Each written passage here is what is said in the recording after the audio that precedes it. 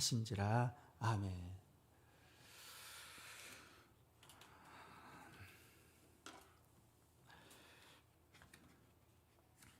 여호수아 10장은 그 유명한 태양과 달을 멈춘 전쟁장이죠. 전쟁장.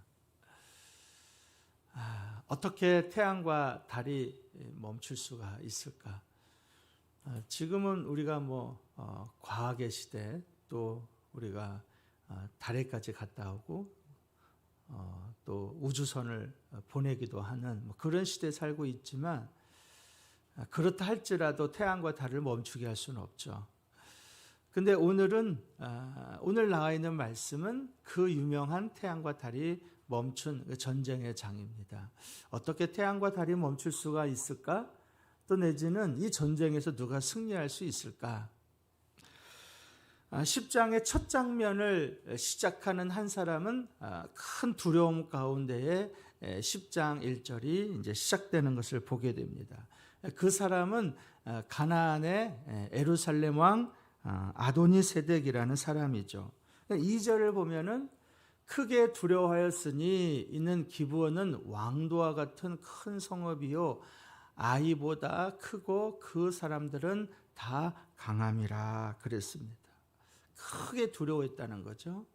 누가 두려웠냐 보니까 10장 1절을 보면은 예루살렘 왕 아도니세덱이 크게 두려웠다 이렇게 말하고 있습니다. 아도니세덱이 왜 크게 두려웠느냐? 그것은 자신과 가장 가까이에 있는 기브온 사람들이 이스라엘 사람과 화친 조약을 맺었기 때문에 그렇습니다. 화친 조약. 그러니까 예루살렘 왕도 이미 소문을 다 들었어요. 왜 안 그러겠어요? 저 광야에서 40년 동안에 한두 명도 아니죠. 장정만 60명이고, 남자만 60만 명이고, 거기에 어린아이와 또 여자들 다 합하면 200만이나 되는 사람들이 저 광야에서 40년을 맴돌았다는 것을 왜 가나안 사람들 모르겠어요? 다 알고 있습니다. 그것은 여리고성 사람도 들었고 아이성 사람도 알고 있고 기브온 사람도 알고 있다는 것은 예루살렘뿐만 아니라 가나안에 전체에 있는 사람들 다 들었다는. 예루살렘 왕 아도니세덱도 큰 두려움이 있었어요. 큰 두려움은 이스라엘 사람들에 대한 두려움뿐만 아니라 바로 자신 옆에 있는, 제가 지도를 준비하지 못했지만 기브온은 가나안의 중심에 있습니다. 가나안의 중심. 그 가나안 중심 바로 밑에가 바로 예루살렘이에요. 예루살렘. 그러니까 요단강을 건너서 여리고성을 점령하고 그 산악지대에 올라와서 아이성을 점령하고 아이성 다음에 기브온, 예루살렘 중심, 그 예루살렘 중심에 있는 기브온, 그 사람들까지 이스라엘과 화친을 맺었다는 소리를 들으니까 예루살렘, 바로 다음은 예루살렘이에요. 그런 두려울 수밖에 없었습니다. 기브온 사람들이 스스로 종되기를 바라면서 이스라엘과 화친을 맺었어요. 우리는 그렇게 생각해 볼 수 있었죠. 기브온 사람들은 대단하지 않나 보다. 그러니까 스스로 종이 되겠다고 여호수아를 찾아오고 거짓으로 꾸며서 이스라엘에 왔지 않느냐 생각할 수가 있어요. 근데 오늘 성경은 분명히 기브온 사람이 어떠한 사람인지 예루살렘 왕을 통해서 알 수가 있어요. 기브온 왕은 왕도와 같은 큰 성읍이요 아이보다 크고 그 사람들은 다 강합니다.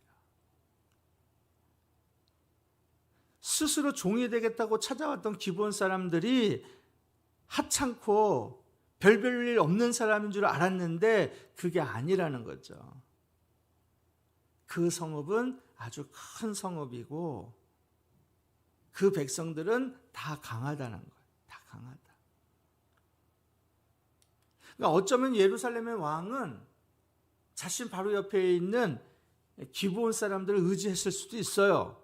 왜냐? 보통 큰 성읍이 아니고 거기에 있는 용사들은 다 강하기 때문에.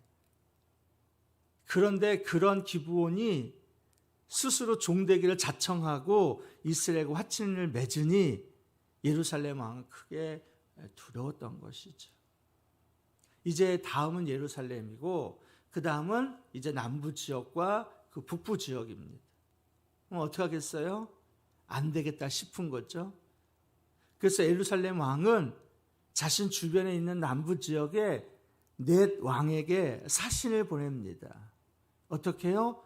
우리가 기브온을 치자 이거예요. 기브온 성은 여전히 기브온 사람들이 거주하고 있기 때문에 여호수아와 이스라엘 사람들이 기브온 그 성에 들어오지 못했어요.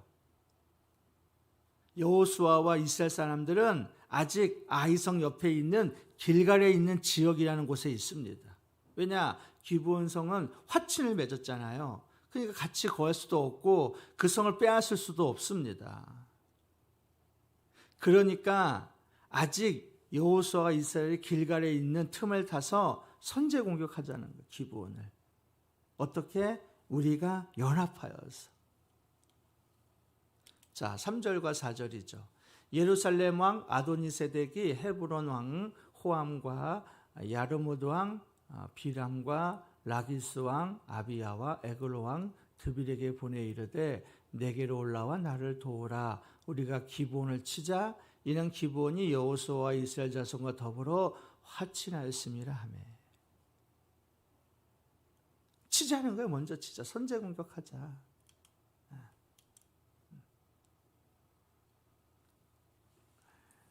자, 5대1의 싸움입니다.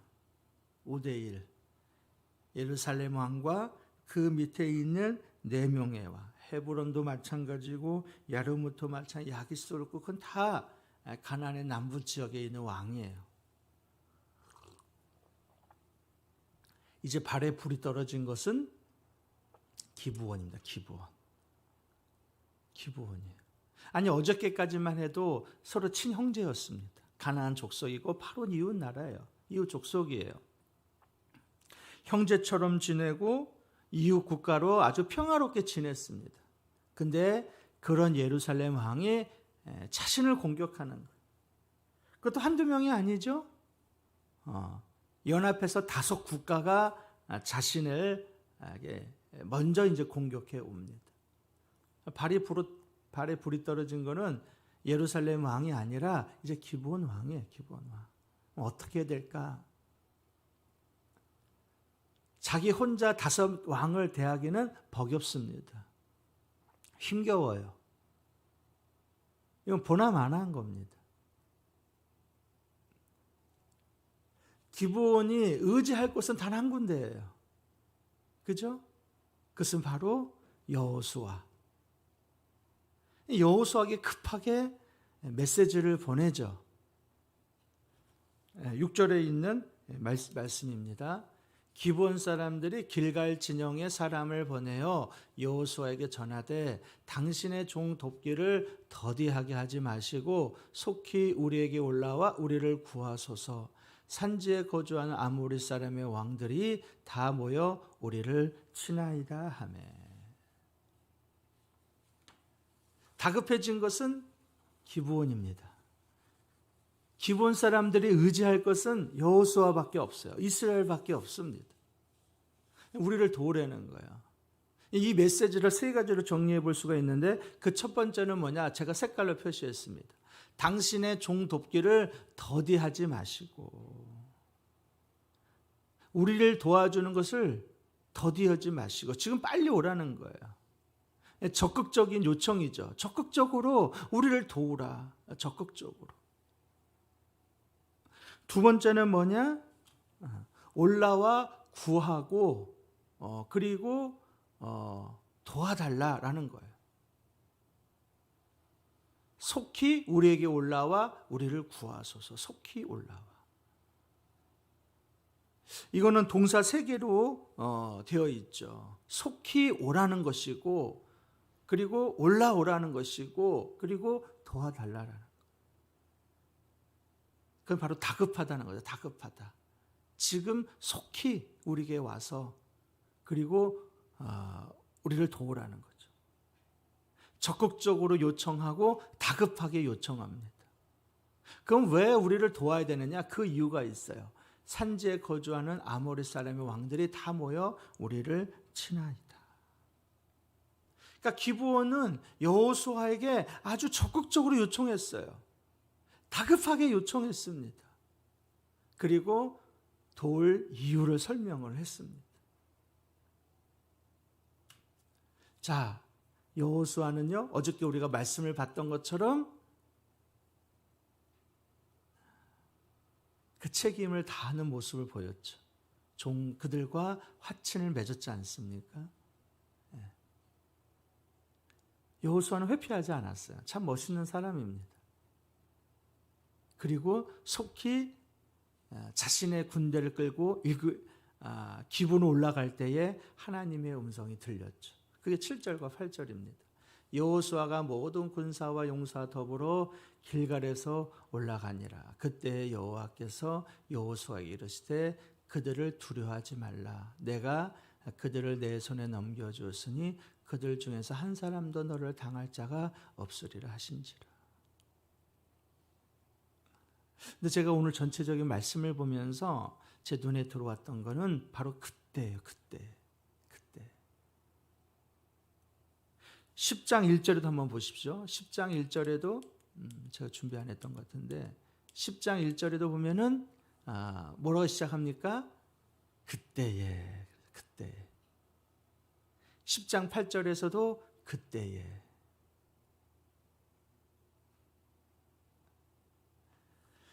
하나님이 역사하는 그때가 있어요. 그때가 있습니다. 제가 이 말씀을 묵상해 보면서 여호수아, 기브온을 생각을 해봤습니다. 기브온은요, 자신의 힘으로는 연합 군대를 대하기는 힘겨웠어요. 버거웠습니다. 이길 수가 없습니다. 그래서 기브온이 생각했던 것은 여호수아에게 요청하는 거였고, 여호수아는 그 요청에 책임을 다했고, 하나님은 그들과 함께 하셨습니다. 그때라는 것은 뭐냐? 때로는 기도의 응답에 다급하게 하나님이 응답해 주실 때가 있고 더디게 응답하실 때가 있다는 거예요. 근데 지금 이 상황에서는 다급한 상황이에요. 그죠? 하나님이 바로 개입하지 아니하시면 기브온이 이길 수가 없는 것뿐만 아니라 진멸하게 되는 아주 다급한 상황이에요. 우리가 하나님 앞에 기도하는 것도 그런 것 아닙니까? 하나님 앞에 때로는 적극적으로 기도해야 되는 것이고 다급하게 기도해야 되는 것이고 그럴 때 하나님이 그때에 맞춰서 적극적으로 개입하시고 때로는 다급하게 개입하시고 그 하나님의 손 안에 있다라는 거예요.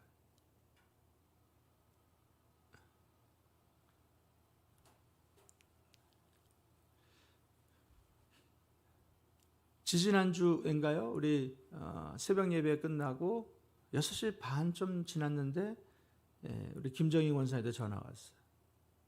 저 전주에 계시는 어머니 90이 넘으셨는데 고열이 나서 응급실에 가셔서 치료를 받아야 되는데 코로나 때문에 병실이 안 나온다는 거예요. 그래서 기도해 달라는 거죠. 병실이 좀 빨리 나와야 되는데 지금 새벽에 계속해서 입원을 하려고 기다리고 있다. 그래서 수화기 들고 바로 기도해 드렸어요. 그리고 기도해 드리고 났는데 30분도 채 안 돼서 권사님한테 연락이 왔어요. 목사님 감사해요. 병실이 나왔습니다. 그러니까 우리가 내 힘에 버겼고 어려움이 있을 때는 체면과 상관이 없는 거예요, 사실. 아니 어저께까지만 하더라도 화친을 맺겠다고 찾아왔던 기브온 성도 크고요. 용사도 강합니다. 체면이 중요한 게 아니에요. 여호수아 당신만이 나를 도울 수 있습니다. 적극적으로 요청하고 다급하게 요청하고 했을 때 하나님이 여호수아를 통해서 기분을 도운 것 아닙니까? 우리가 하나님 앞에 기도할 때도 적극적으로 기도해야 되는 거예요. 급한 일이 있으면 다급하게 나를 위해서 기도해달라. 기도하는 사람들에게 함께 기도를 요청해야 합니다. 그러면 하나님이 돕는 사람을 붙여주신다는 거예요. 기브온에게 여호수아를 보내주신 것처럼 하나님은 우리가 기도할 때에 우리가 돕는 사람을 붙여주시고 하나님이 함께 하시는 것이죠. 여러분, 하나님이 함께 하시면 어떠한 전쟁이든지 못 이길 것이 없습니다.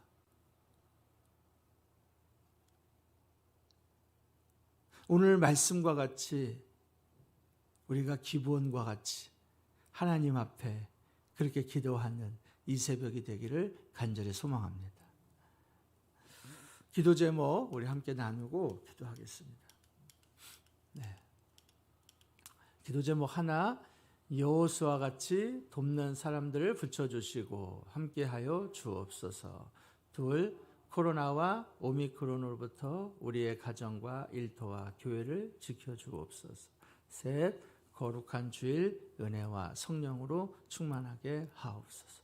우리 주여 한번 부르고 다 같이 기도합니다. 주여, 하나님 아버지 감사합니다. 이 새벽에도 하나님, 기브온과 같이 우리가 하나님 앞에 간구하게 모여